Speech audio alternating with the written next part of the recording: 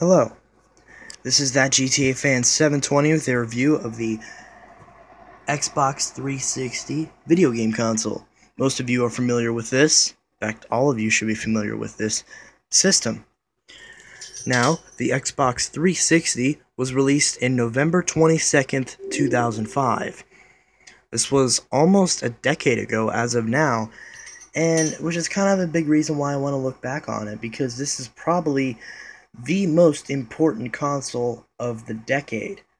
Now, some of you may argue that that was probably the PlayStation 2, since it was the most best-selling game console of all time.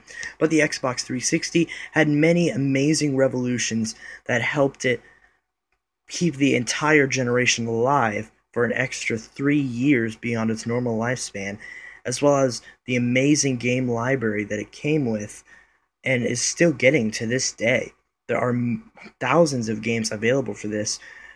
Some are physical, some are digital, and that's another big part. This thing revolutionized with many great features that eventually became staples for modern game systems. Like, for example, online play, cross-game communication, voice chat, a hard drive, HD, high definition, HDMI output, wireless controllers. There are just so many things that a lot of times you don't even realize. Like, I almost forgot about the wireless controllers because they're just things that you just got used to with new game systems. And the Xbox 360 was a very good indicator about what was coming up ahead when it originally came out in 2005. Now, of course, there have been many bumpy things along the road with the life of the Xbox 360, particularly the models that look like this, with, discs getting scratched and red ring of death and stuff like that.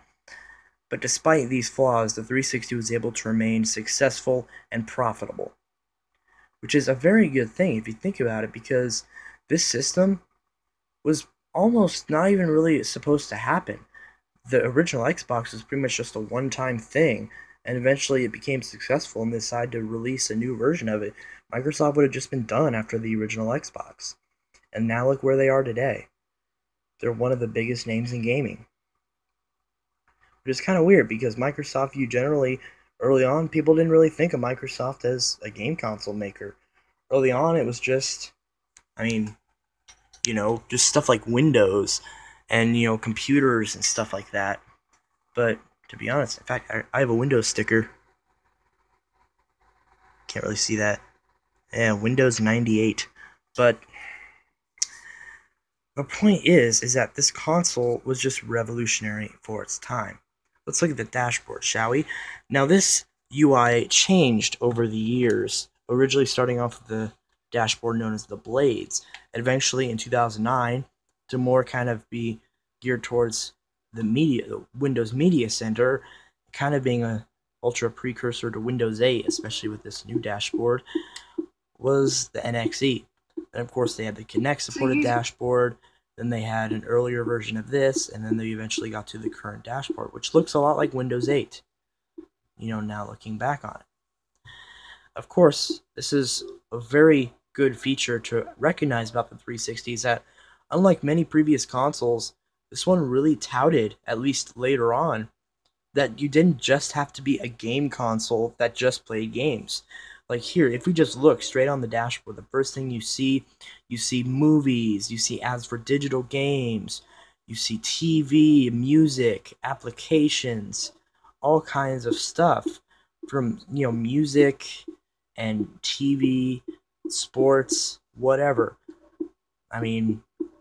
So much to the fact that it almost took over, the Xbox One. If you think about it, TV, sports, TV, sports. Now, the Xbox 360 was very successful. Sold just about the same as the PlayStation 3, 80 million units and counting, as this is still being sold to this day, although it looks much different now. It's still the 360. Also, its controller was very revolutionary for its time, featuring, of course, wireless controls and also better analog triggers, the guide buttons so you can turn on your system from where you're sitting, headset jack, more buttons, bumper buttons, running on batteries. It's just amazing what this console has given us for the modern gamer that many people just take for granted today. Of course, I didn't actually turn it on, but still, that's amazing to think about it. Gameplay on the Xbox 360 still looks great to this day. An almost decade-old console can still produce very good graphics, and this console was so powerful that even today can still run many modern-age games designed for new hardware.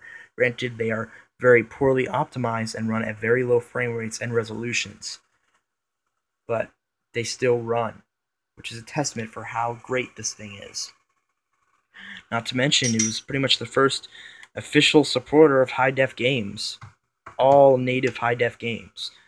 Whereas on the original Xbox, you still have plenty of high-def games, as well as on the PlayStation 2, and you had slightly subpar HD graphics on the GameCube and the Dreamcast, but never really was it full HD. Granted, the original Xbox and the PlayStation 2 could both go up to 720p and 1080i. It was very rare a game utilized these features, and a lot of times the screen clarity was often subpar. Where on the 360, it was first to allow full HD games, at least 720p, and some later games even can go all the way up to 1080p. And this is also a feature that would later be touted through the high-definition multimedia interface port, which was not originally on the models. It